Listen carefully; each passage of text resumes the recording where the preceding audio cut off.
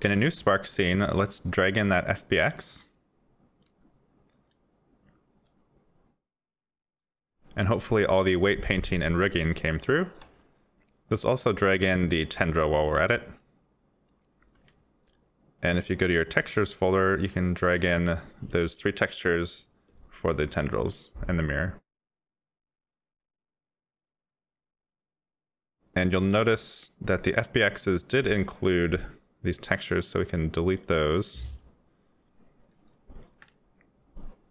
And then for both of these, we can select them and change them to physically based, and then drop in the color, the ORM, and the normal.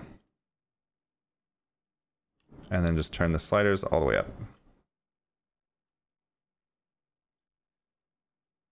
And this works best with an environment, so let's turn on environment. And we can grab whatever looks good. Maybe for this one, since we're in kind of an alien environment, this studio might look good.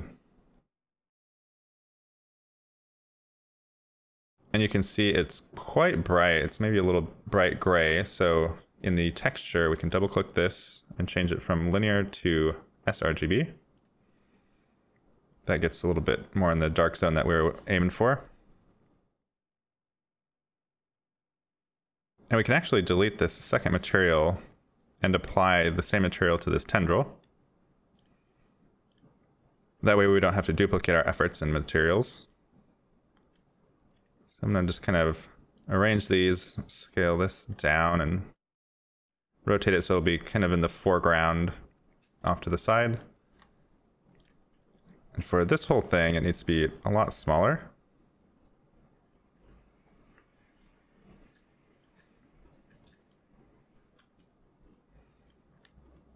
And let's duplicate the tendril, maybe a couple times. And we'll just place these at different angles in the scene.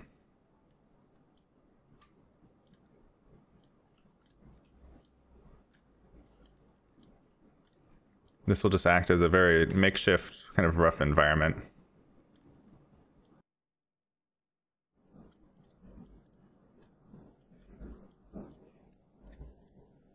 And let's make sure the weight painting actually worked. So if we go down into our main model here and find joint middle, it looks like all that weight painting worked out. So now we can animate this and everything just fits together.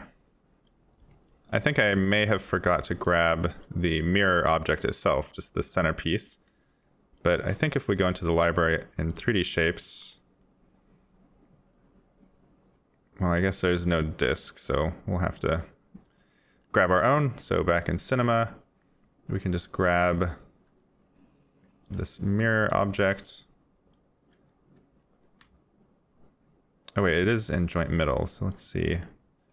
Joint middle, mirror. Okay, so it is there. Oh, it's just flipped around, I see.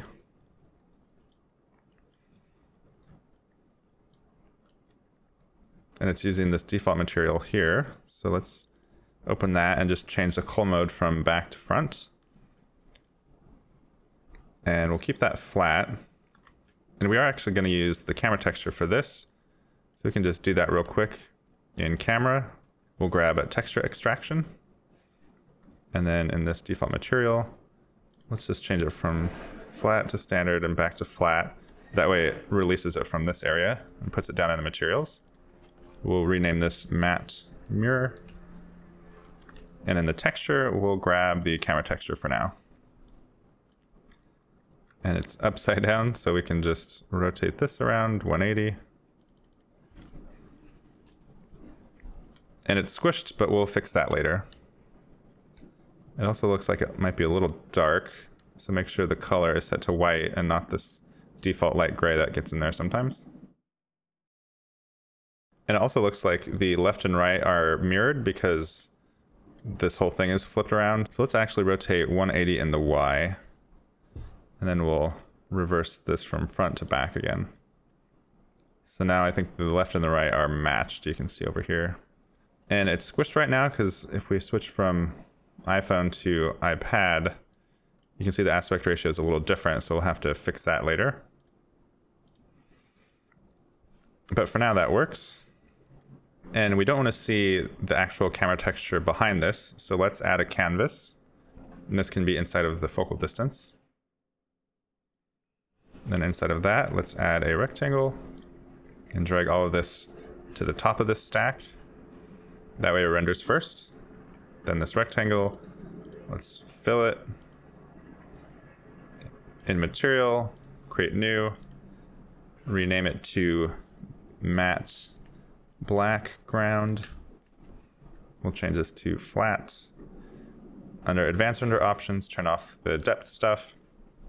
And then we can make this either black or dark gray. Maybe dark gray so it's not too deep black. And now we want to control the position of the center with our face. So we do need a face tracker, so we'll just right click, add face tracker. And we'll drag that down here. And we're going to use the face position and face rotation. And eventually this will control join to middle. So let's grab the position and the rotation for that. And let's see what happens if we just plug this directly in. We have 3D position into position and rotation into rotation. And let's switch to one of these just so there's a little bit more head movement.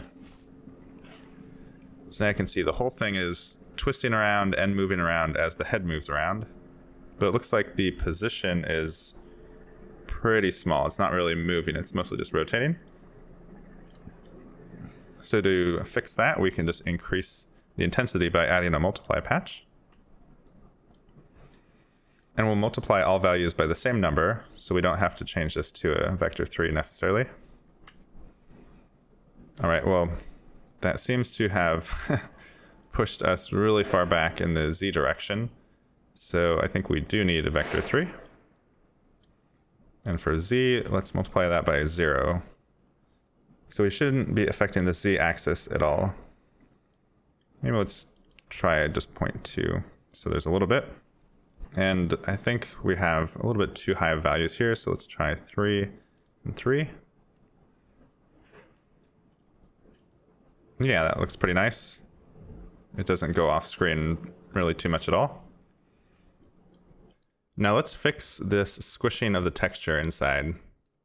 So we're going to go into the AR library, and we're going to use texture fit. It's a patch by Dennis. If you just type in fit in the search little bar, you should see it here.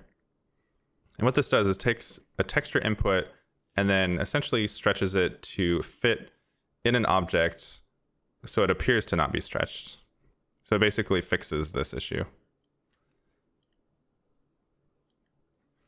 So we can just drag that in, and you can see it takes a texture here. So we need to grab our camera texture. So click camera, under texture extraction, click the little plus, and we'll drag this directly in. So that'll be the texture. For the texture size, we're going to use the device, and this will be the screen size. And this turned white because I deleted and rebuilt that texture. So let's go into the mirror and make a patch for this texture, which we needed to do anyway, and drag that in. So now you can see it's stretched actually more. So under target size, let's change this to 1 by 1. And you can click contain and it'll shrink it down. Or if you keep that off, it'll essentially fill instead of stretch to fill.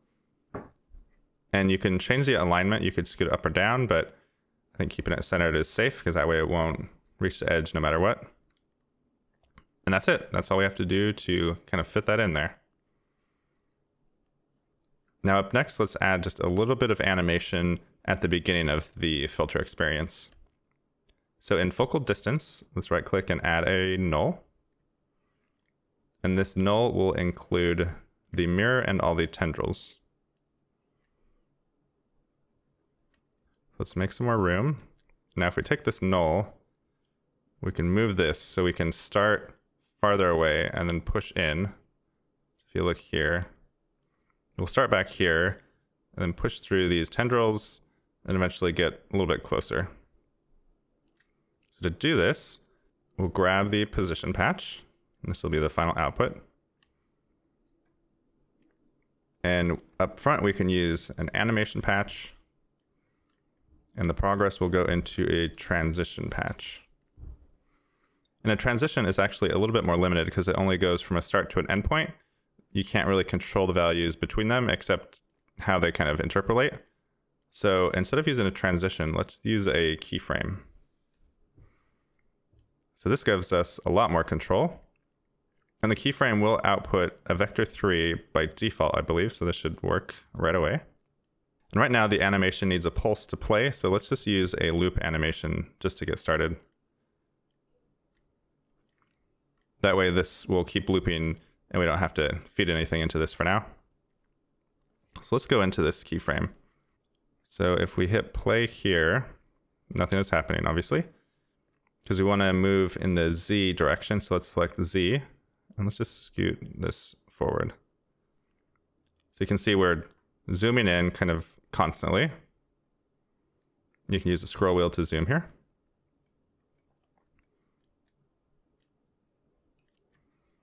And let's pause this actually. So when we go all the way to the front, we don't want to be that close, so we can scoot this back a little bit.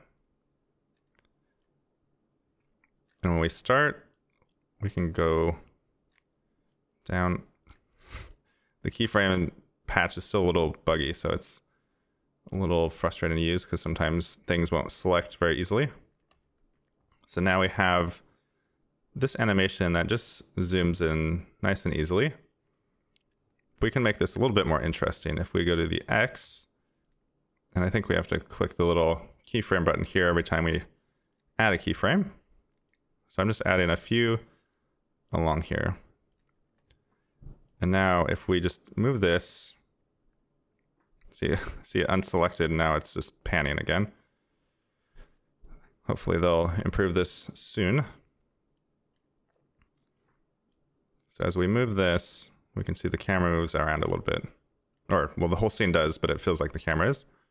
So we can just add a little bit of back and forth motion to this. And then in the Y, we can do the same. And I'm just picking these locations at random. And I'll just kind of wiggle these around. So now as we move in, you can see it's a little shaky. It's not like a steady move, but it's a little bit more kind of not exactly natural, but not as linear. So if we zoom back in, hit play, you get this kind of wobbly nature,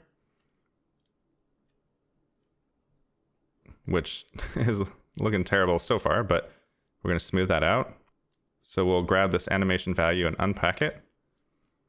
And from there, we'll use exponential smoothing on each of these.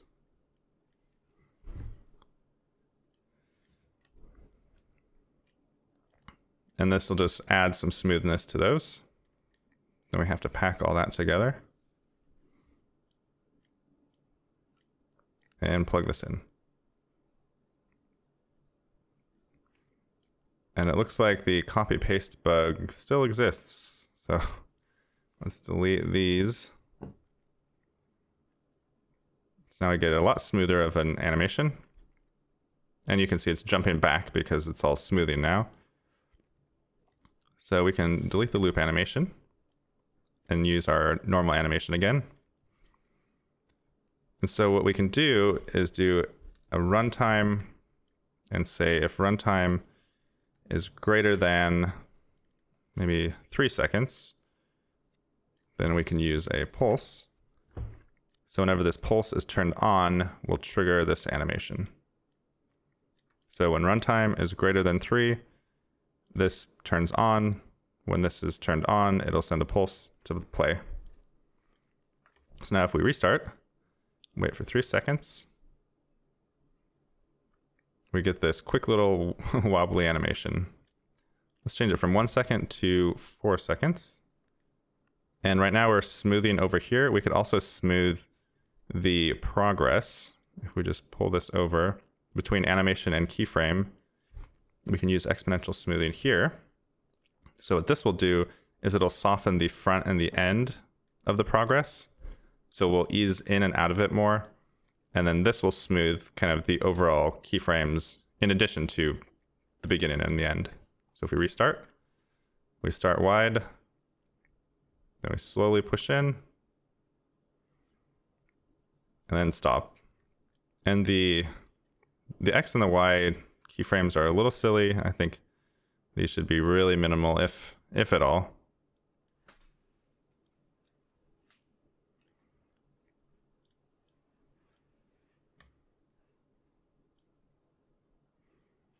Yeah, the goal here was just to add a little bit more variation in the movement, so it's looking like we're kind of floating through this space and not just like on a rail.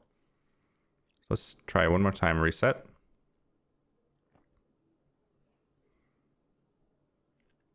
That feels a lot better, not as sporadic. And then we just end up here. And just using the color for the camera texture, maybe it looks a little bit too natural, so we can go back into the AR library. So if you go to patch assets and then shaders, you can find a lot of ways to really quickly affect the color. There's instant X-ray here. There's some vintage here. Further down, you get some of Spark's default ones. You have tritone or luminance here. Let's try X-ray. That might really fit this vibe.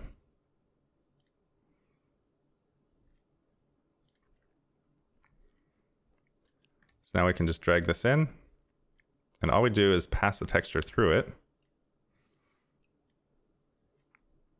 So now we get this X-ray image. Maybe it's a little intense, but I guess we could try mixing it with the original.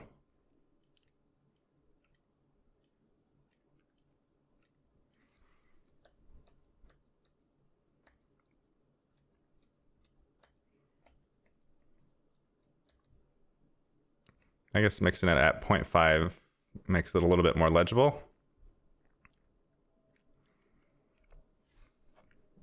And I'll leave this part up to you. You can go crazy and do a full-on effect inside of here if you want, or just leave it simpler.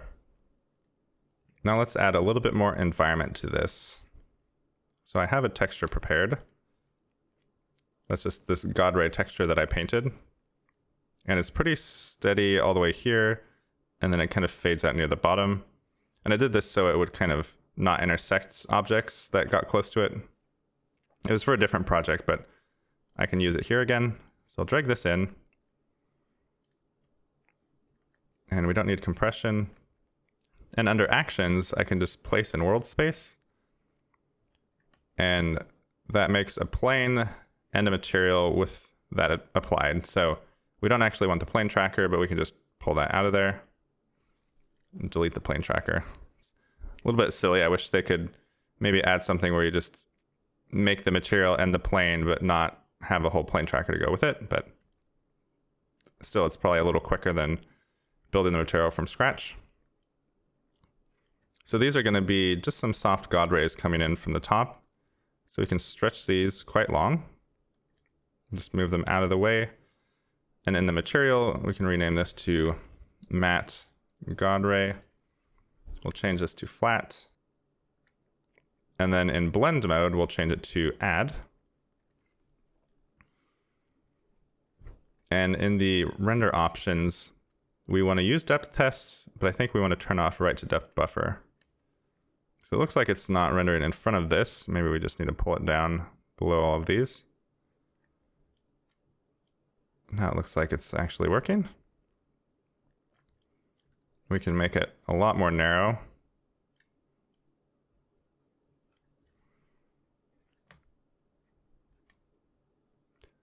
And to test this, I'm just going to add a loop animation here again, just so this keeps looping forward and backward.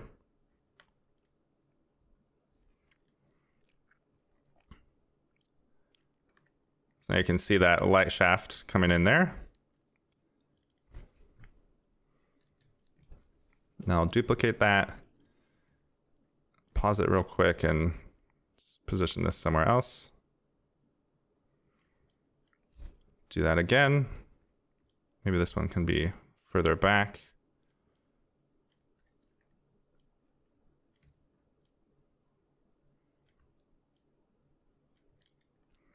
And the beauty of this texture is that you can kind of stretch it in different ways and kind of fake the softness by making it just larger and further away.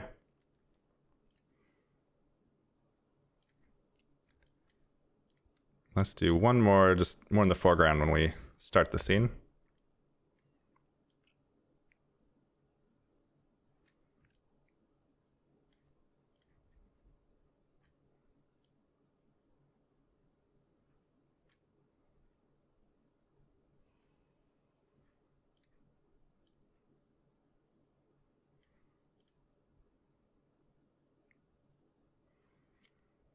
And you want to be careful of having the camera pass through it because you'll get this pop as soon as it disappears.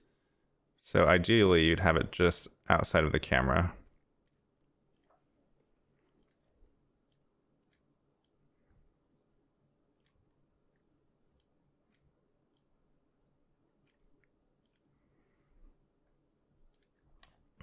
Now we can switch back to our normal animation, reset that, and then just see how this looks.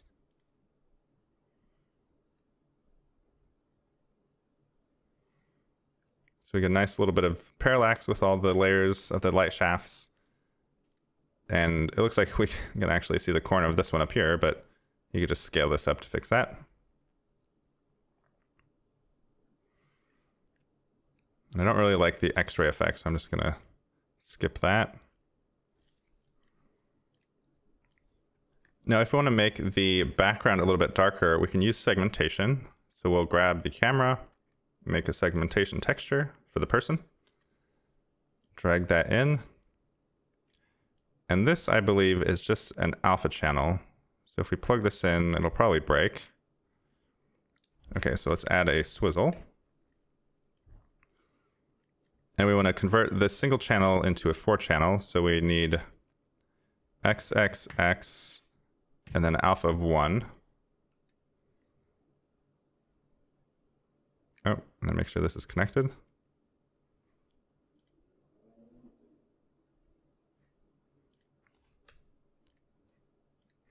Make sure you hit enter there. So now you can see, if we zoom in, you can see the silhouette there. So now if we multiply that on top of our camera texture, we should get a black background. There we go. That's a little bit nicer because we don't have all that background in there and it feels like you're actually fitting in there better.